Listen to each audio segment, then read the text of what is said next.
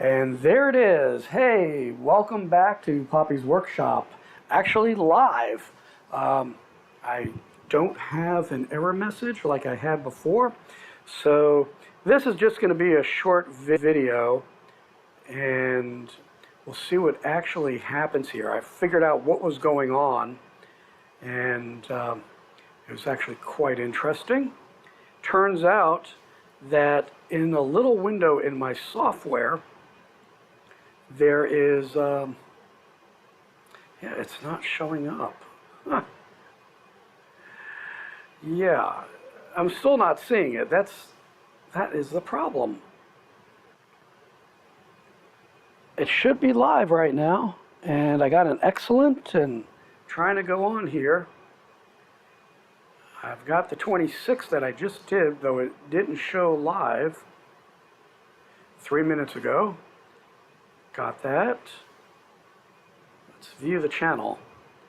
Ah, there we go.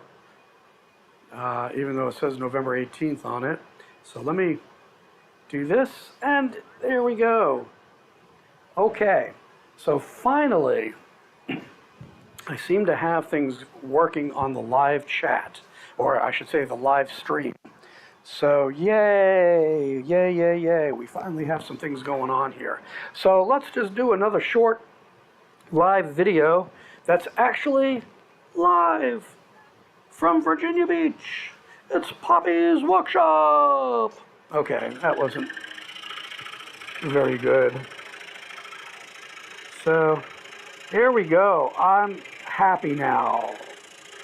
Now, I'm a little bit too excited. And with that excitement, I'm going to make some mistakes. So let's not make mistakes.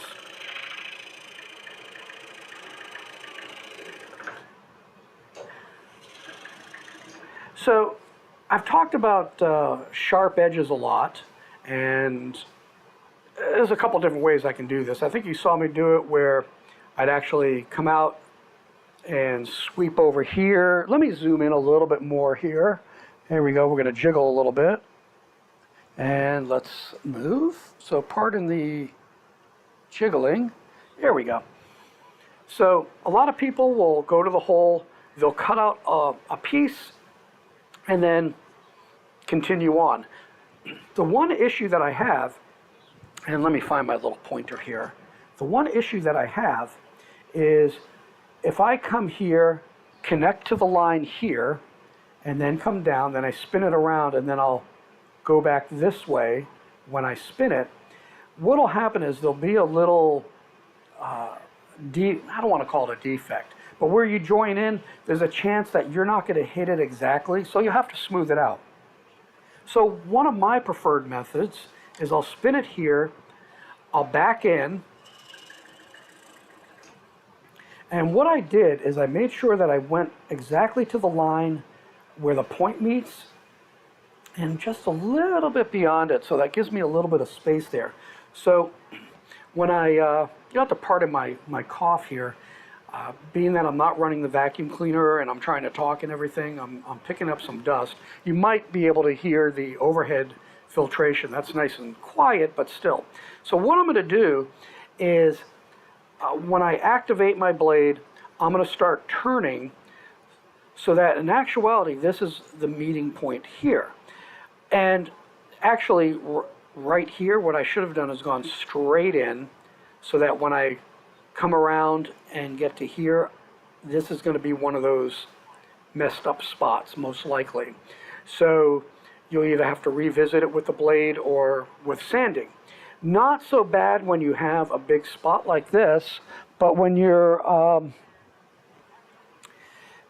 doing fretwork and stuff like that, you want to, as much as possible, at least in my opinion, stay in the corners like that. So let's do that.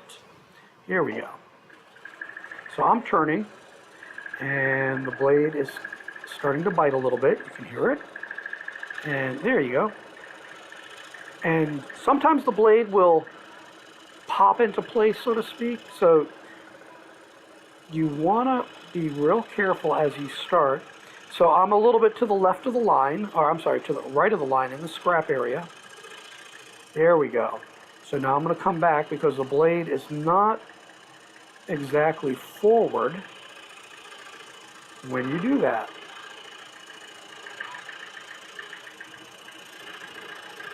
This is my preferred method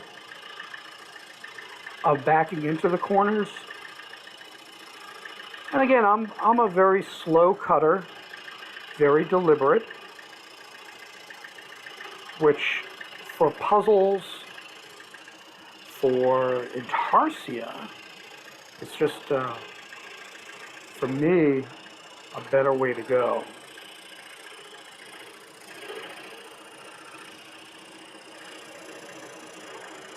And the other reason why I go slow is because I do have severe arthritis, trigger finger. Now what I'm doing on this corner is I'm actually letting up the quote-unquote pushing, or I should say the forward feeding, so that I can get a nice smooth turn. And I think I'm going to do the same thing here. Is I'm going to go out, and I'm going to get rid of that piece.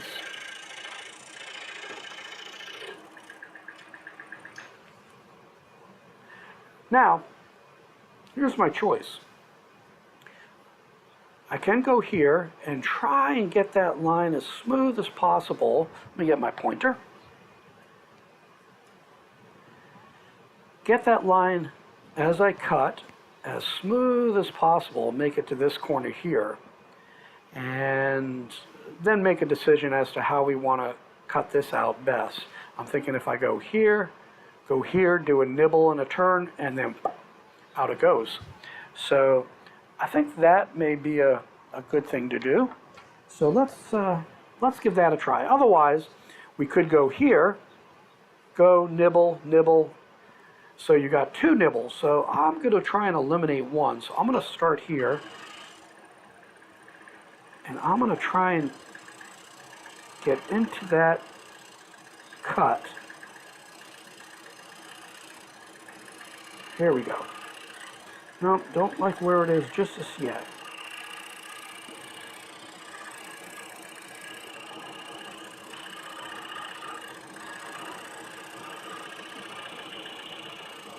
See, this actually took more time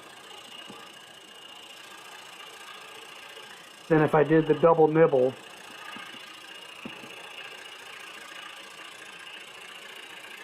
Now, for those who are doing this for business, speed, of course, is of utmost importance. So it's a balance. As a hobbyist, you get that edge a little bit. So if we look, oh, okay, I forgot where I put my pointer here. If we look, you can see I came off the line a little bit here. So again, either revisit it like this,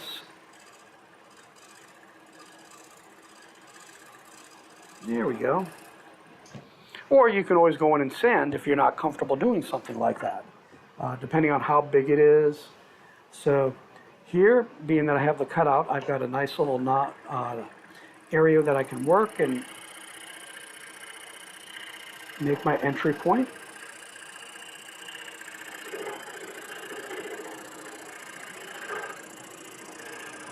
And yeah, my hands are locking up.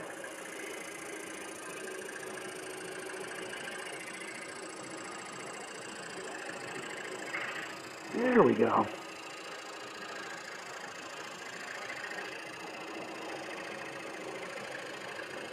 So what I see here is a long point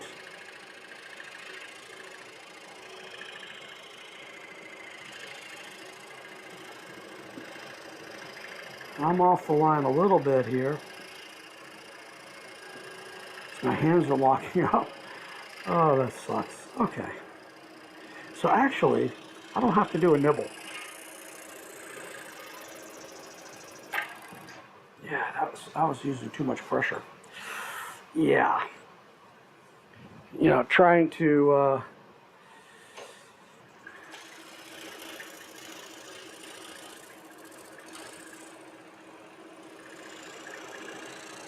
hear it cut. Here we go. So I'm going to have to revisit this. I am way off.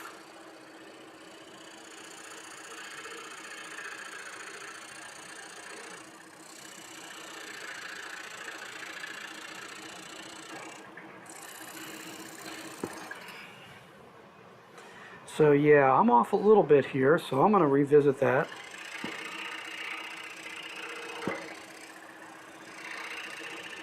Go in just slightly. I think I see, nope, that's just dust. And I can clean this corner up just a little bit.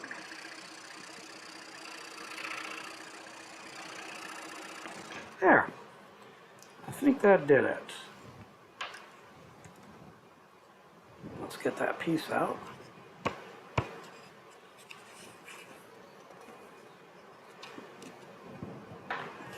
Got my little box underneath. Usually the stuff will fall into there, fall into the box, but right now all the dust is there. So here's where we're at so far in that. Okay. Yeah, that's, you know, again, a very simple piece, simple cuts. So if you want to do, actually do it this way. If you want to do a clock, this is actually a nice one. I forgot the book that it's out of.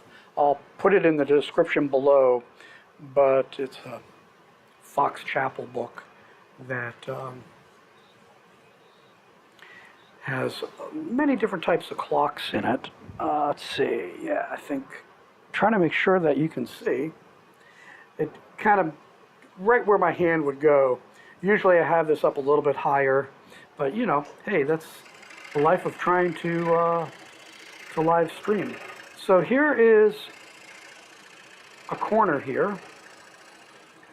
And again, these are, for me, the most logical place to start a cut. But again, I always like to say, see, now I'm off a little bit. So maybe I wasn't so smart there. Maybe I'm going to nibble it just a little bit more.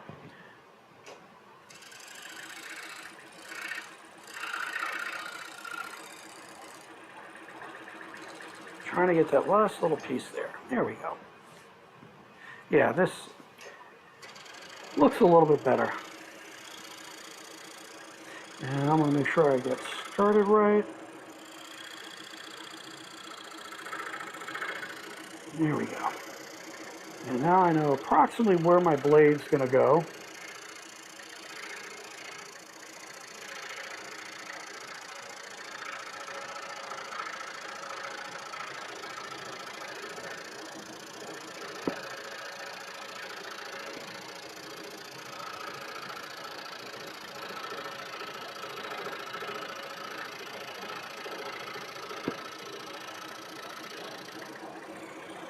You know, I can do this kind of a turn as well. So I back out just slightly. I'm pulling back a little bit.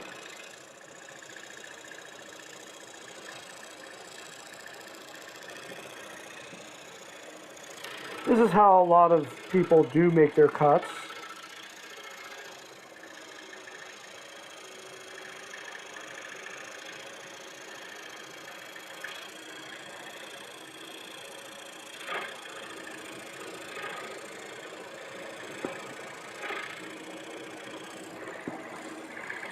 I'm going to do a nibble here.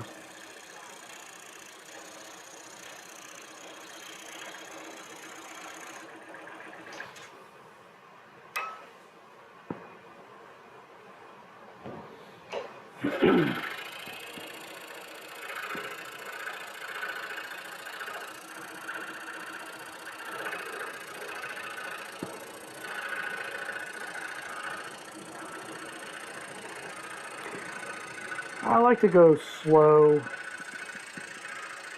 Actually helps clear my mind a lot. But By going slow, I can see exactly what the blade is doing and respond accordingly with my micro adjustments.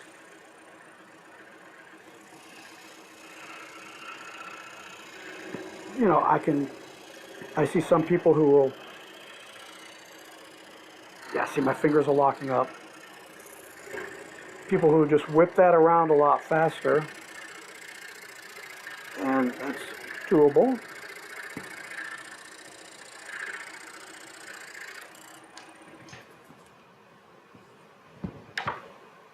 So I'm going to clean up this corner here.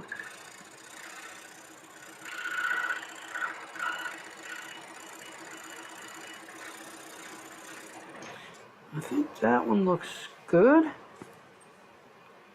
These look pretty good. Oh, actually, I can probably clean this up just a little bit.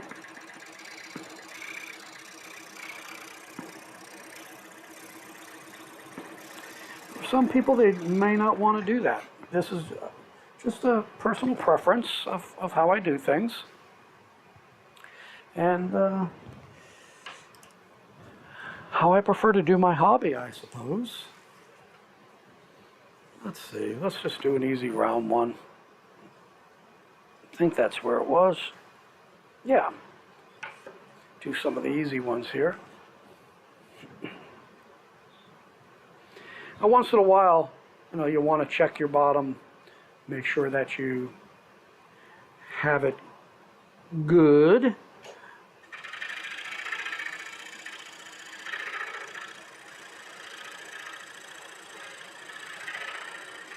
All right.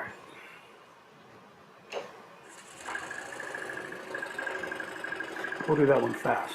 See, you can see how the blade kind of pops into position here.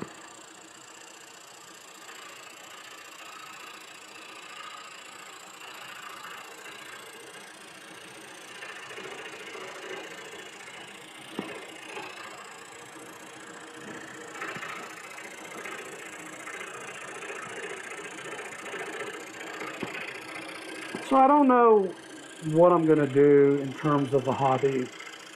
I did sell one piece for $100, and a lot of the folks on Scroll Saw Village said, "Oh, you could have got more money for it." Yeah, but it was for an associate that I work with, so I figured give them a friends and family discount.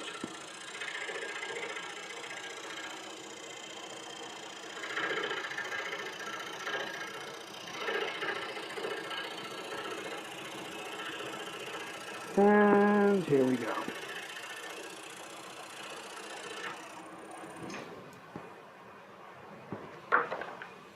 Yeah, that's not too bad. I'm gonna clean it up just a little bit there.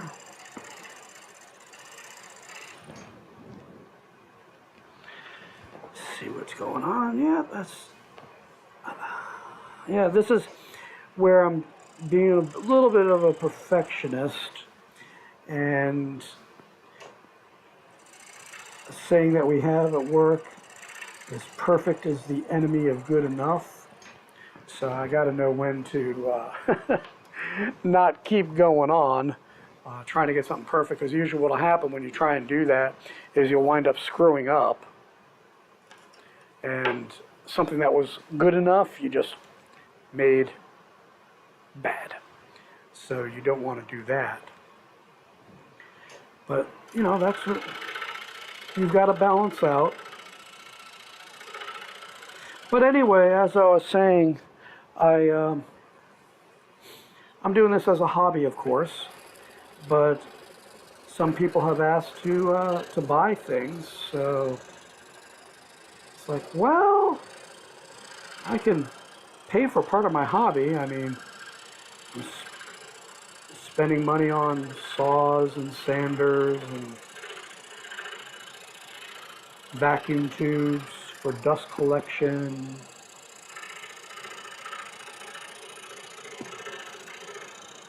So it's like, well, yeah, might as well, but I think what I'll do is be very selective in the projects that I do. For example, if somebody had commissioned me to do that 3-layered Christmas scene, I've got a lot of hours into it, mainly because I'd work an hour, hour and a half, 2 hours on it, and then go do other things. But total hours was a lot.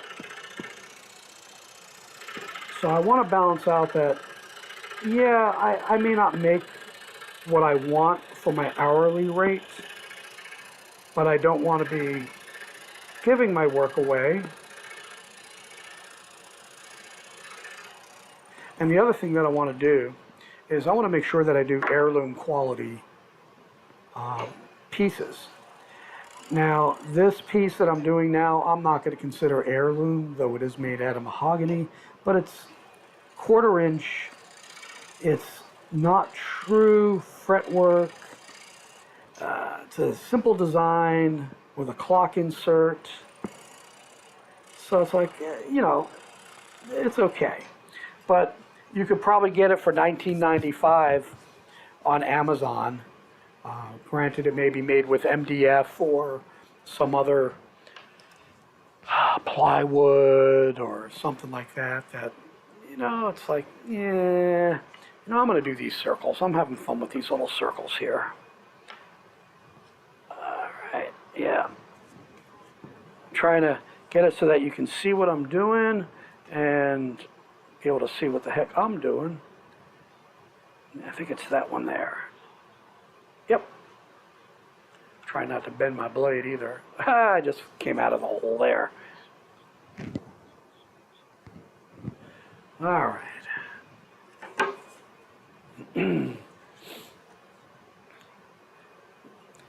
But I don't want to do, the down and dirty, make a couple bucks stuff. I want my stuff, if I sell it, let alone, really, I just want my stuff, period, to be something that people are proud to display and something that they would consider passing down to their children.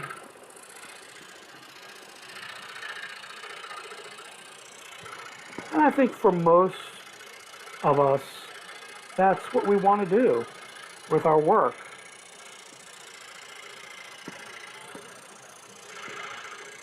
But we're also competing against, so I don't want to say yeah, I would say those who are going to the farmers markets, craft markets, and things like that. What we're competing against, and I'll use the term we, is a number of factors that we no longer value quality products like we used to, say in the 40s, 50s, 60s, and maybe even the 70s. Nowadays, we become a major consumerism, planned obsolescence on our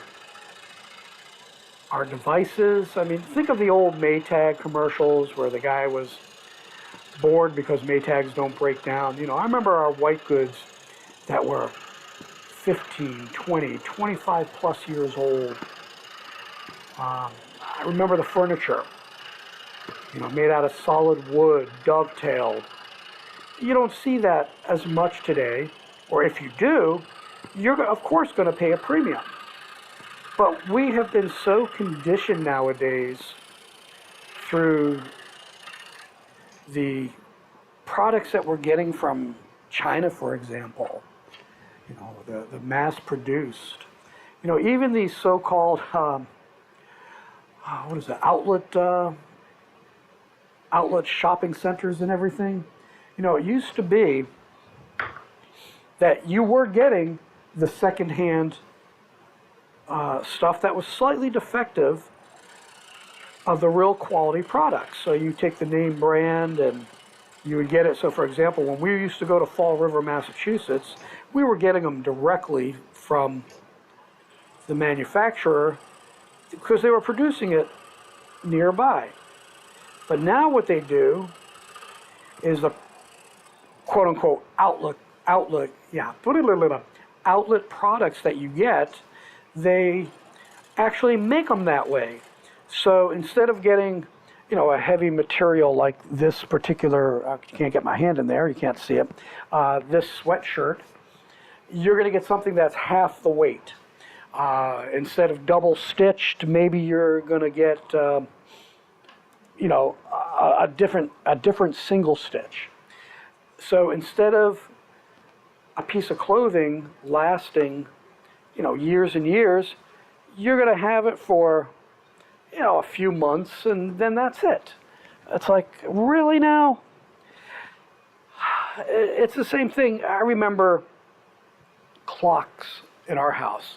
We had actually a German cuckoo clock. We bought it in Bavaria, in the Bavarian Alps. I was, I think 11 years old. Yeah. So it would have been, no, actually, 1972 Olympics. Yeah, so I think I was 11 years old, give or take. So it would have been the early 70s. And it was handmade. We paid buku dollars for it, even though, it was, oh, I didn't go in far enough. Even though it was made in Germany. We probably actually got it cheaper because it was in Germany, rather than having some importer import it, get those costs added on, because we didn't have the mass shipping like we do now. And man, we had that for years and years and years. I also remember later on in life, and I actually got it, and we finally gave it to somebody else, was this Westminster chime clock. It was a lot more simple than the cuckoo clock that we had. The mechanism in that, I remember the bird coming out of the little door and everything like that. But you don't see that as much with younger folk. Now, I think a lot of it is taste, fretwork and things like that, though people say ooh, ah, ooh. It looks really neat, but it's not something that they would have in their modern home today. So I think that's the other issue that we have with not having heirloom quality stuff. Again, looking at furniture, you can go to Ashley and get some nice modern looking furniture, but when you dig underneath it, I should say, it's cardboard, it's pine, and staples for the most part. You're not seeing the quality wood, the quality construction, the joints, the rabbits and dovetails. Let me get this. There we go. Dovetails and all that. We're not seeing that, and it's a shame. And all that translates to our scroll saw work. Look how long it's taken me to do this. So imagine if I was making this, at a 1/2 inch, or this is just the front face, and I'm going to make a back to it and everything like that, and bend wood around, or whatever. I mean, all hand constructed stuff. Hours and hours of work that would go into this, and I could not get the price, because there again is the other part of what we've been conditioned in terms of what we purchase here. Oh, that's starting to stick a little bit. And that is inexpensive. Walmart came around and helps a lot of people on their budgets. And, we just got used to cheap stuff. So I look at this that I'm making right now, and I say, something, I really need $50 for this, for the amount of time that I'm going to put into it. But you'll go to Walmart, and you'll see something very similar, made out of MDF, and it was CNC produced, or Maybe it was made out of 1/8" wood, seen those, and it was done by a laser, mass-produced. I can't compete with that. Now I have a laser, and I can make those kind of things, but I choose not to, of course, and that's our choice. Oh, come on, Rick. I'm trying to do things quickly in some areas.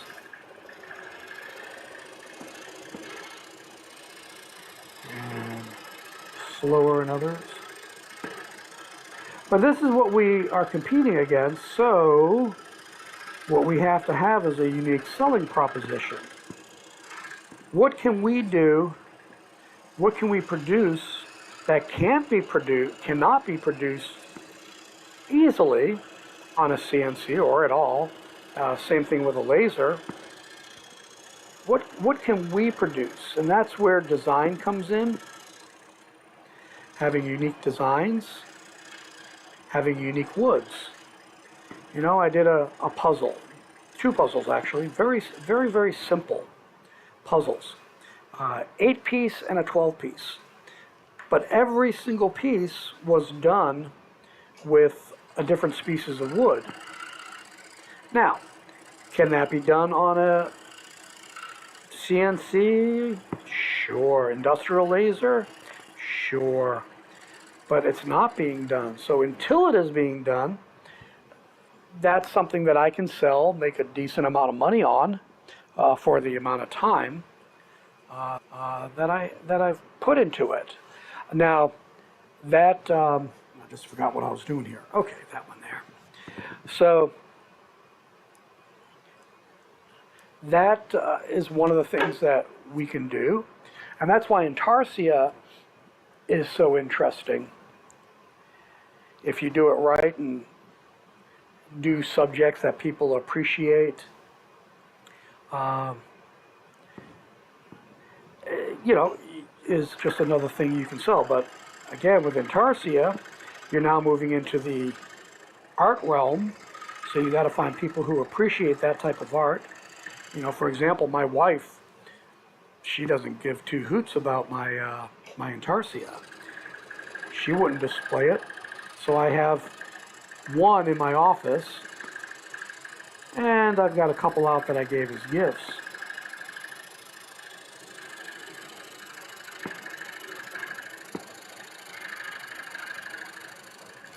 Here we go. Let me just, whoops, what happened to my phone here? Let's see if my stream, I guess it's still going. I'm not quite sure. I got the live chat still up, so hopefully things are still going. We've got 50% drop frames right now. That is not good. That may be because I'm trying to see things on the phone as well. What I need to do, I'm on a wireless network. Let's see, what do I want to do? I'm on a wireless network, and my computer is on my A network, which is not my super good network. I've got to go to my B, so that may be something I need to do. Yeah, this was not a very good cut here.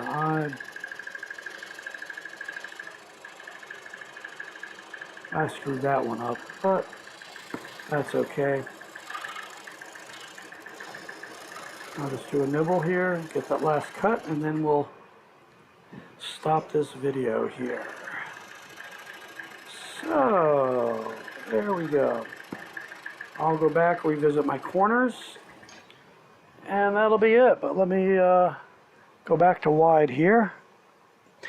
Okay, I think that is going to do it for this second live stream, and we'll see what happens on the other side.